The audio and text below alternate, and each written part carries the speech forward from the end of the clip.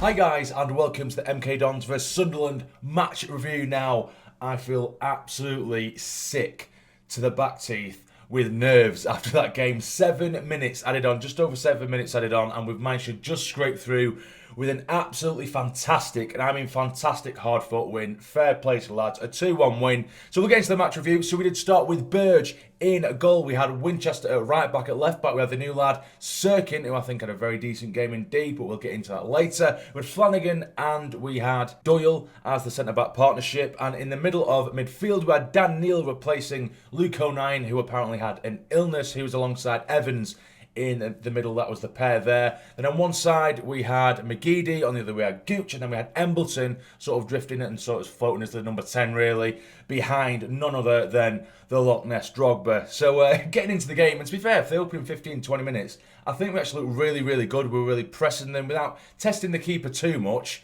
I feel like we quite controlled the game for large parts. Well, like I said, the opening sort of 15-20 minutes, McGeady was doing well down left hand side. He was linking up very, very well with Sirkin, and like I said, and just briefly alluded to earlier, I think with Sirkin, what was impressing me is defensively he looked just as solid and just as decent as he looked going forward, where generally what we've had, of course, we've only looked at this one game, but based on this game, you know, generally when we've had left backs, we have players like Hume, where usually going forward, he looks okay, but he looks a bit suspect defensively and going back. Same with the likes of McFadzean. That's always been the issue with us with our left backs. But with Sirkin, he definitely wasn't afraid of putting a challenge in. He was winning headers, putting his body on the line, he making some brilliant challenges and just tactically reading the game very, very well. And then, like I say, going forward, he was linking up with McGeady a good 2 or 3 times in that first half. And in the opening 15-20 minutes, you know, they're doing a couple of little 1-2s, overlapping each other, whipping balls in. And that's what you want to see. And I think I really, really enjoyed watching them. It was great football from the pair of them.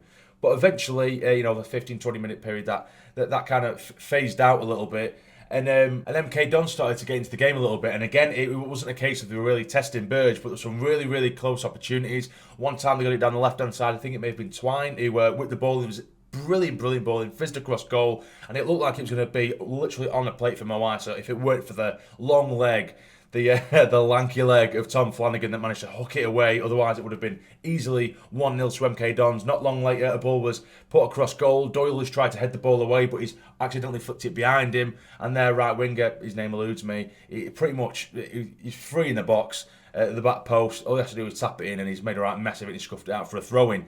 So yeah, we were definitely riding our luck at times, and it was unfortunate for MK Dons. But eventually, after, like I say, it was a very even first half, I would say. I think we probably shaded it in terms of chances and how dangerous we looked when we did go forward. But MK Dons did have those couple of chances, like I say. Gooch tested their keeper, the brilliant effort from range, and we had plenty of corners, plenty of balls going in the box.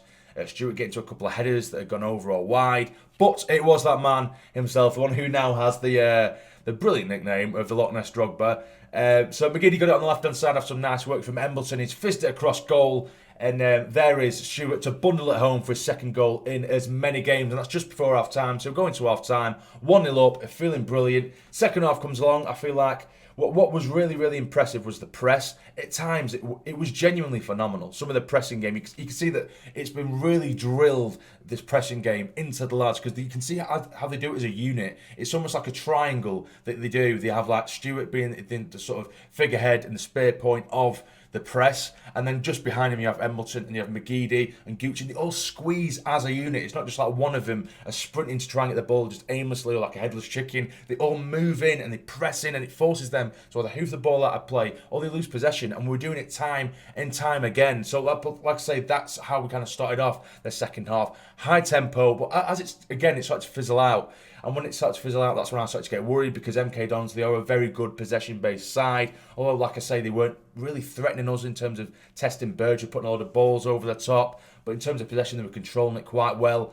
But eventually, we got our first proper attack of the second half, and it ended up being a goal. And it was a simple case of play to the whistle, and it was a brilliant example of that, because Embleton, what had happened was it come back to Dhannoo after a couple of deflected passes. Dhannoo, I think, tried to get one pass in. It's actually come off the MK Dons defender. It's come straight back to Neil. And first time, he slid Embleton through. And at first, I did actually think, oh shit, he's offside here. All the defence stopped, just watched Embleton go 1-1 with the keeper, and he flicks it over the keeper into the top corner. Brilliant finish. But then I'm thinking, the Sunderland fans are cheering. All the players are stopped. I was really confused. Turns out he was onside. So again, he's played to the whistle. Fair play to him. Then MK Dons defence didn't. 2-0 up. Brilliant. Away from home. Against a very, very good MK Dons side, by the way. I will never. I won't go against him. I've said in my league predictions, I think they're going to be right up there or thereabouts. They're a very, very good side. They're a good possession-based side. They're a nice team to watch. So I was thinking it's a brilliant opportunity. We've got ourselves a 2-goal cushion now. Just calm it down, see the game out. Granted, it was only 52 minutes when Embleton got his goal, but, just calm it down, manage the game now. But not long later, of course, and, I don't want to give him too much shit, but Lee Burge, he's just such a liability. Don't get me wrong, he can pull out a save, a top draw save every now and then. But how often do we see him being at fault for goals? And it does happen far too often. And it was so infuriating, like I say, to go to a place like MK Dons, to go 2 goals up, that's a very, very difficult thing to achieve, and we managed to do that. And just like that, Burge fucks it up within seconds because he's tried to roll the ball out, far too much power on it. Evans is getting nowhere near it. They literally do one 2-touch pass, and it's a great finish to beat Burge, but he just started off from his mistake. He just gifted them back after we've managed to get ourselves 2 goals in front. Just like that, just as quick as we get 2 goals in front, it's now back to the 1-goal lead because Burge makes yet another error to his catalogue of errors. Now, I know a lot of people think I'm probably being harsh on him, but I think I'm right. I genuinely do think I'm right. I'm not always right with everything, of course, but I do think I'm right that he's gifted the seagulls, those seagulls. I don't know whether you can hear them, but they're very loud outside my window.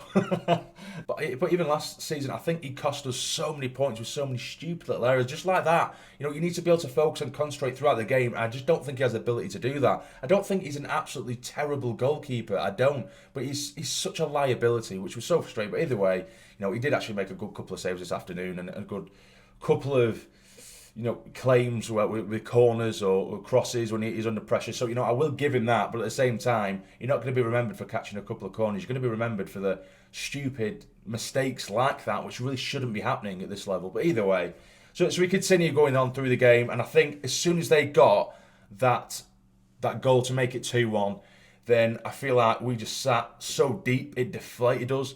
Because it was frustrating because when Embleton did get that goal, I felt like they looked very much deflated and we started to control the game. And obviously, as soon as we started to get a bit of momentum, Burge did make that mistake. And then out of nowhere, we're deflated. We're sitting 5-10 yards deeper. We're asking for it. They're dominating possession, pumping balls in, not really testing Burge, like I say, but Twine was absolutely ruining us in that second half. I was very surprised that they actually eventually brought him off.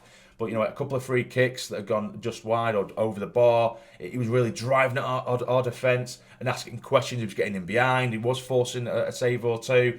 And it was mainly all MK Dons. But then I'm thinking, we have another opportunity now. A ball's over the top. Stewart gets it. It looks like he got a nick to the back of his ankle. It's a penalty to Sunderland, and my God, I thought this would be so lucky now if we managed to finish the game off, because at the minute we're getting battered here, and it was literally just that one ball over the top for Stewart. It was a great ball from Embleton to Stewart, I think it was anyway, I can't really remember now. But yeah, he got a nick of the ankles. We've got a penalty, and Gooch, he just pulled on the captain's armband. Oh my God, those seagulls. He had the captain's armband on because Evans went off injured.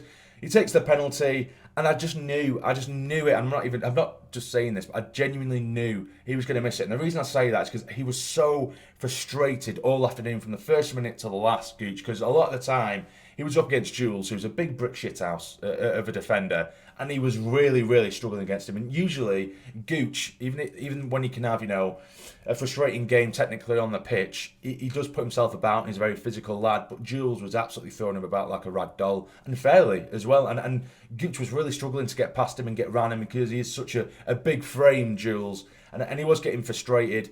He was kicking out at players and making daft little fouls for no reason, just throwing his toys out the pram because he couldn't do anything. Jules had him in his back pocket a lot of the time, Gooch. Anyway, of course, there were certain times where Gooch would move over from that right side to the left, where he was getting a bit more joy. But on the right side, where Jules was on him, he had an absolute field day with him. It was a piece of piss for him. So I could see that, for large parts of the game, Gooch was very frustrated, and I thought, he's going to miss this. He can either redeem himself, but I could feel he's going to miss this. He's been in a shit mood the whole game because that is what Gooch can be like. And it was a poor penalty, piss poor penalty, really soft into the bottom right hand corner, easy save. Then we had like some Pritchard coming on.